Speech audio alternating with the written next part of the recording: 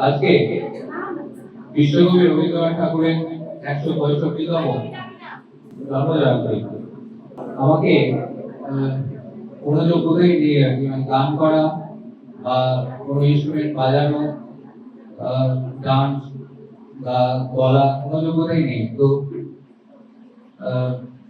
আমার যে ঋত্বিক মলাগাকে একবার বলেছিলাম যে আমার তো কোনো যোগ্যতা না দিয়েই ভগবান পাঠিয়ে দিয়েছে, তো কি সমস্যা, হবে নাকি ভবিষ্যতে।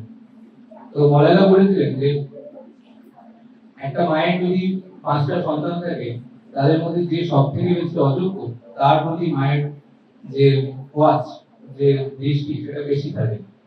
তো সুতরাং তোমার ভাবনার কিছু নেই। আজকে রবীন্দ্রনাথ ঠাকুরের জন্ম জয়ন্তী 165। তো প্রথমে বলি, আমি যখন আমার স্কুল জীবনে ছিলাম, আমার জীবনের সিলেবাসে রবীন্দ্রনাথ ঠাকুরের কোনো জায়গা ছিল না। যখন ক্লাস 5-6 এ পড়তাম, যখন রবীন্দ্রসঙ্গীত পালিত হতো আমাদের স্কুলে, তো আমি পাঁচিল লোককে পালিয়ে যেতাম আর কি। এতটাই মানে ভূতের মুখে মানে কাউকে ভূতে ধরলে যেমন রাম নাম শুনলে সে দৌড়ে পালায়, তো আমি রবীন্দ্রনাথ ঠাকুরের গান শুনলে দৌড়ে পালাতাম। তার কারণ স্কুলের মানে অপূর্ব যারা গায়ক, যারা অদক্ষ গায়ক, বাচ্চা বাচ্চা ছেলে মেয়েরা গান করতো, একদমই সুরের কোনো ঠিক থাকতো না।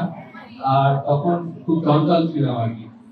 তো যার ফলে আমার কোনোদিনই ভালো লাগতো না। তো দীক্ষা নেওয়ার কিছুদিন পরে নন্দনে একটা সিনেমা দেখতে গেছিলাম। তো সেই সিনেমার শেষ দিকে একটা খুব ইমোশনাল দৃশ্য ছিল আর কি। তো আমার যে বন্ধু ছিল, সে দেখলাম শেষের কবিতা থেকে রবীন্দ্রনাথ ঠাকুরের একটা কোট করছে আর কি। তো ওই ইমোশনাল সিনটাতে রবীন্দ্রনাথ ঠাকুরের শেষের কবিতার কিছু অংশ বলা হচ্ছিল, বাকি অংশটা ওই বন্ধুটা পুরো করলো আর কি। তারপর হঠাৎ করে মনে হলো যে এত সুন্দর কথাবার্তা বলছেন, এই দিকে একবার খুলে রবীন্দ্রনাথ ঠাকুর সম্বন্ধে জানতে শুরু করলাম। তো আর একটা কারণ ছিল রবীন্দ্রনাথ ঠাকুরকে অপছন্দ করা, সেটা হচ্ছে উনি ছিলেন ব্রাহ্মীবাদী আর কি, মানে ব্রহ্ম সমাজের উনি মানুষ ছিলেন, অর্থাৎ ঈশ্বরে বিশ্বাস করতেন না। উনি মনে করতেন ঈশ্বর নিরাকার, ব্রহ্মস্বরূপ, তার কোনো আকার নেই। তো এই কারণেও আমার একটু অনীহা ছিল।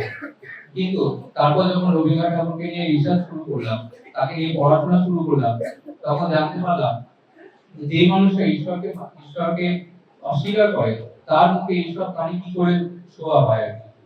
উনি এখানে বলছেন, শীতের কবিতা থেকে একটা কোট করছি, তিনি বলছেন যে হে ঐশ্বর্যবান, তোমার যা দিয়েছিল তা তোমারই দান, গ্রহণ করেছো যত, ঋণী তত করেছো আমার।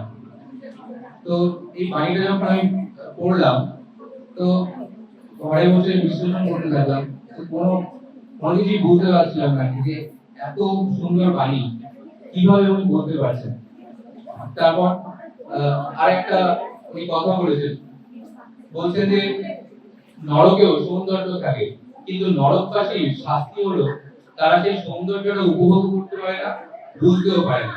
অর্থাৎ কত বড় একটা কথা যে নরকেও সৌন্দর্য থাকে, কিন্তু নরকবাসীর শাস্তি হলো সে সেই সৌন্দর্যটা উপভোগ করতে পারে না।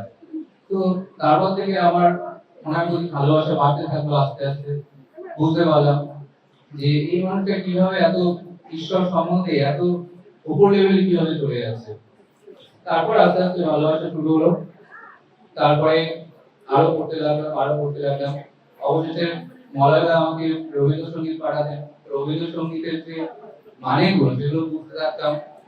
তো বুঝতে বুঝতে অবাক হয়ে যেতাম যে এই সমস্ত লাইনগুলো ওনার মাথায় কি করে আসছে।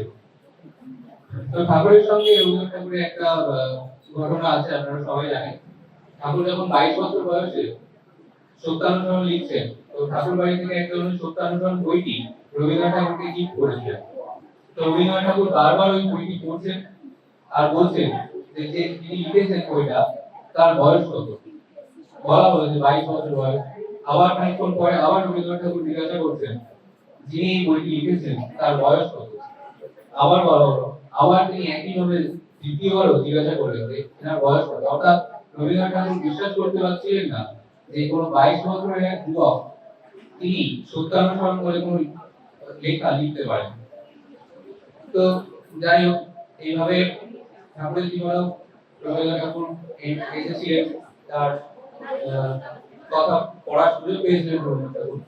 এরকম অবস্থাতে রবীন্দ্রনাথ ঠাকুরের একটা বাণী বলে শেষ করবো। সেটা হচ্ছে রবীন্দ্রনাথ ঠাকুর বলছেন, সীমার মাঝে অসীম তুমি, বাজাও আপন সুর, আমার মধ্যে তোমার প্রকাশ, তাই এত মধুর। অর্থাৎ এই যে অসীম অসীম যে পৃথিবী, তার মধ্যে যে আমি যে অসীম, অর্থাৎ আমার যে একটা অস্তিত্ব আছে, সেটা সুন্দর এই কারণে যে আপনার ওই অসীমত্ব আমার মধ্যে আছে, আমার মধ্যে প্রকাশ হয়ে আছে বলে আমার মধ্যে প্রকাশিত করে আমি এত সুন্দর। অর্থাৎ রবীন্দ্রনাথ ঠাকুর সেই কোন উপরের দিকে চলে যাচ্ছেন, আধ্যাত্মিকতা কোন উপরের লেভেলে চলে যাচ্ছেন, তো এইগুলো ভাবলেও অবাক লাগে আর কি। তো তারপর থেকে রবীন্দ্রনাথের প্রতি আমার ভালোবাসা জন্মায়। তো রবীন্দ্রনাথ ঠাকুরের কাছে প্রার্থনা করি আমার যেন শ্রী ঠাকুরের চরণে প্রেম হয়, ভালোবাসা জন্মায়। সকলকে ভালো লাগে। দেখা পাই চিরদিন কেন পাই না, ক্ষণিক আলোকে আখির পলকে তোমায় যবে পাই দেখিতে।